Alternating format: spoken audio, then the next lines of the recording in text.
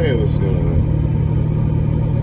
had an interesting thought this morning about people who make it out the friend zone. So the name of this video will probably be something along the lines of so you now you're out of the friend zone. Now what? And I just want to first congratulate you for making this decision, because it's often a hard decision, because you being in the friend zone basically means you had the commitment of a really like a romantic relationship or marriage without actually having the reciprocity or the benefits of it. And so when you deal with a situation like that, you departing a woman who's really not into you, she might be into what you have, what you can provide, and that includes emotional support, a shoulder to cry on, could be help with a car, house, moving, a whole bunch of other things that normally a husband or a committed boyfriend. And so giving that up, you really feel like you're betraying that person.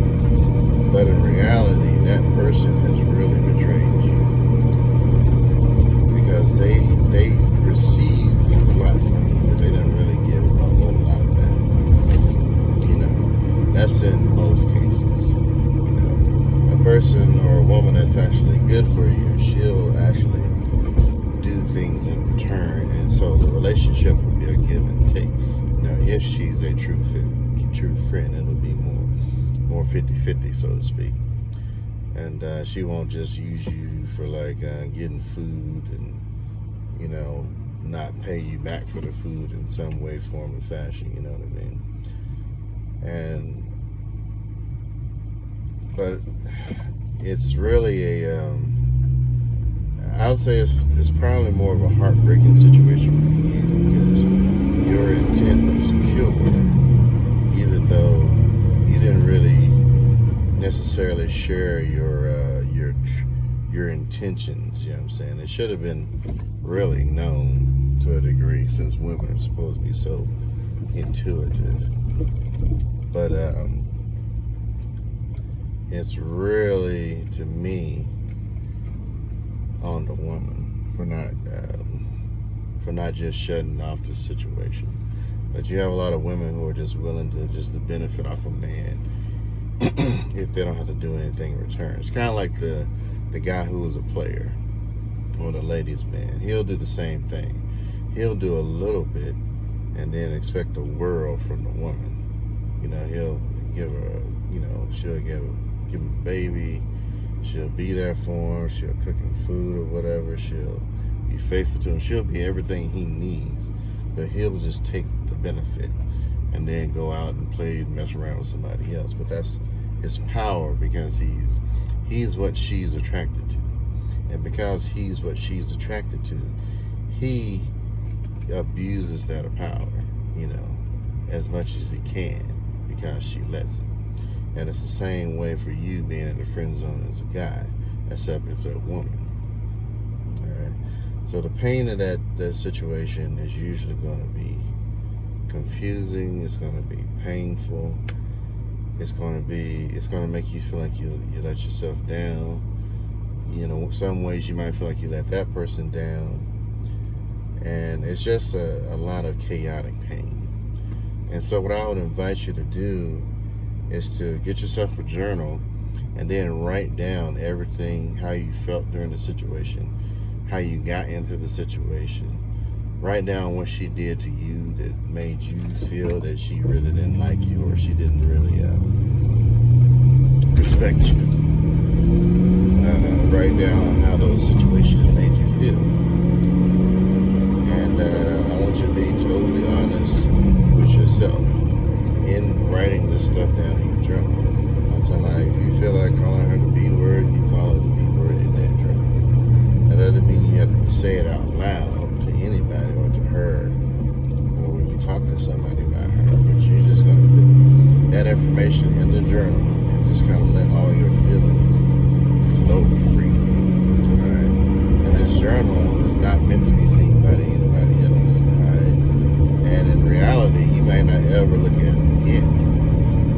whole point of the journal is to get all the feelings in you out, or at least on paper, so that you can kind of make more sense of it. Alright? But in reality, you've already made the best decision that you could possibly make for yourself.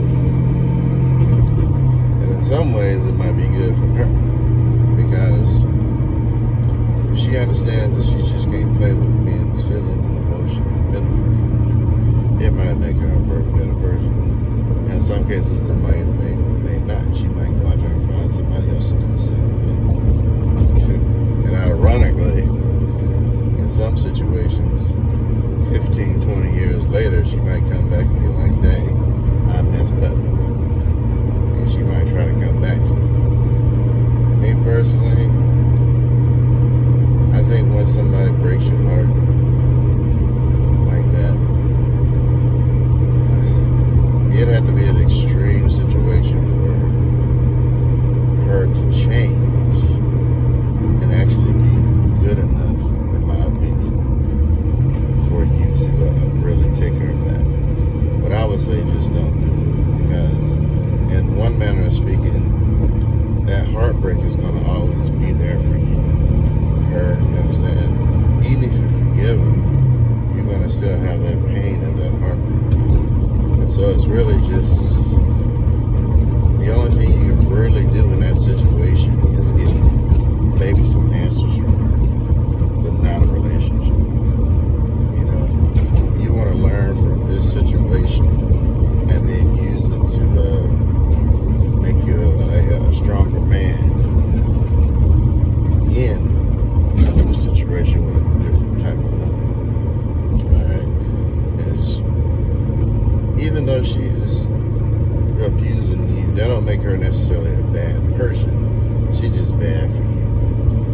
You know? And a woman who's been hurt, and a lot of them seem like they have been hurt, they are not really good relationship partners, in my opinion. Because they're, in some cases, it seems like those type of women are going to try to exact revenge on men. But the problem is the men they like, they don't exact revenge on them. They exact revenge on the men that are like you, the ones who actually care about them. You know? And it's almost like, since she cared about the person that she got hurt her, she wants to hurt you because you're in the situation that you care about her. So it's a weird dynamic, and it's really a generational curse, so to speak, or a personal curse for that woman, because she's not really growing from her situation, which is what she should really do. She should be really doing what I'm telling you to do, but she is not doing it, you know. And it's not your job to help her do that. All right. In some cases, if you're a true friend to her, you know what I'm saying, like you don't have any romantic intentions, yeah, you can do that.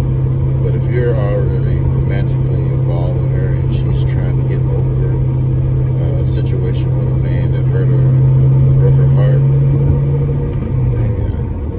to me it puts you in too much of a vulnerable position. It's better for you to tell her, hey, I got interest in you right now, but because of your situation, your past hurts and pains, I can't be in a relationship with you. Alright? And drop it. Say, you know what I'm saying? To me, you really only want to be a phone call away. You can be, you know what I'm saying? But I wouldn't, because she's the only thing she's gonna, because she has a need, and that need is for some type of peace or vengeance, or sometimes it's comfort, and she's just gonna lean on you, but you don't really want it. But see, that type of situation, let's just say you do find a woman that you do like and likes you in a relationship, you actually get married. Are you still going to be wanting to have this woman who's got emotional pain and have a lot of emotional needs still hanging around you? Is your wife going to want this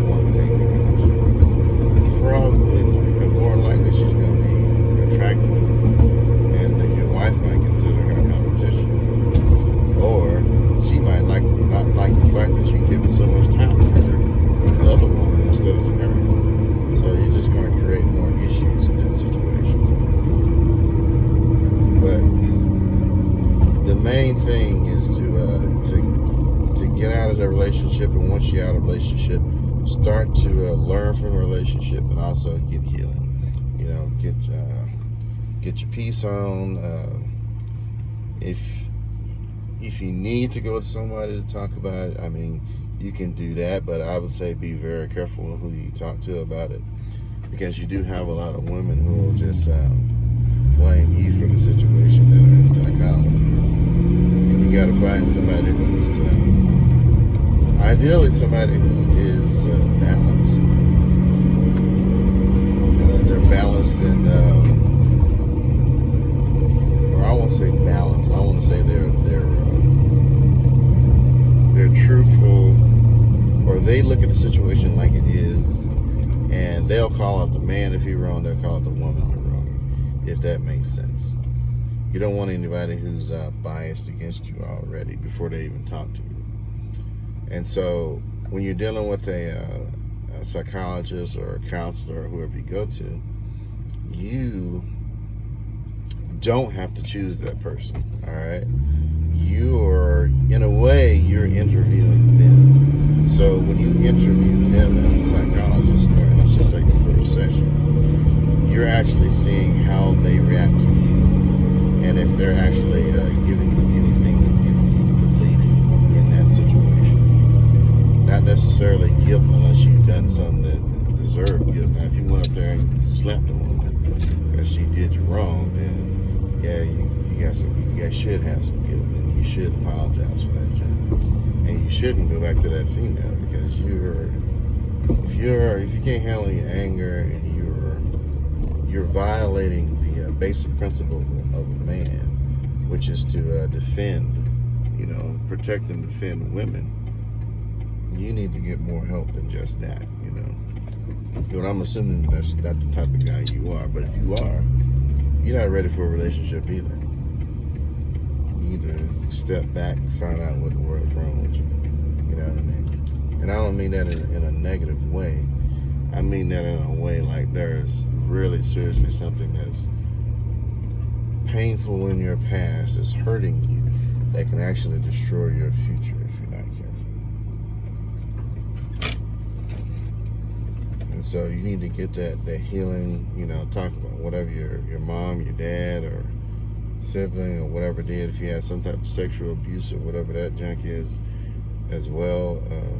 Those things, contrary to popular belief, they actually affect who you are as a person. And they have to be addressed so that you can move on, you know what I mean? And that includes anger issues or whatever.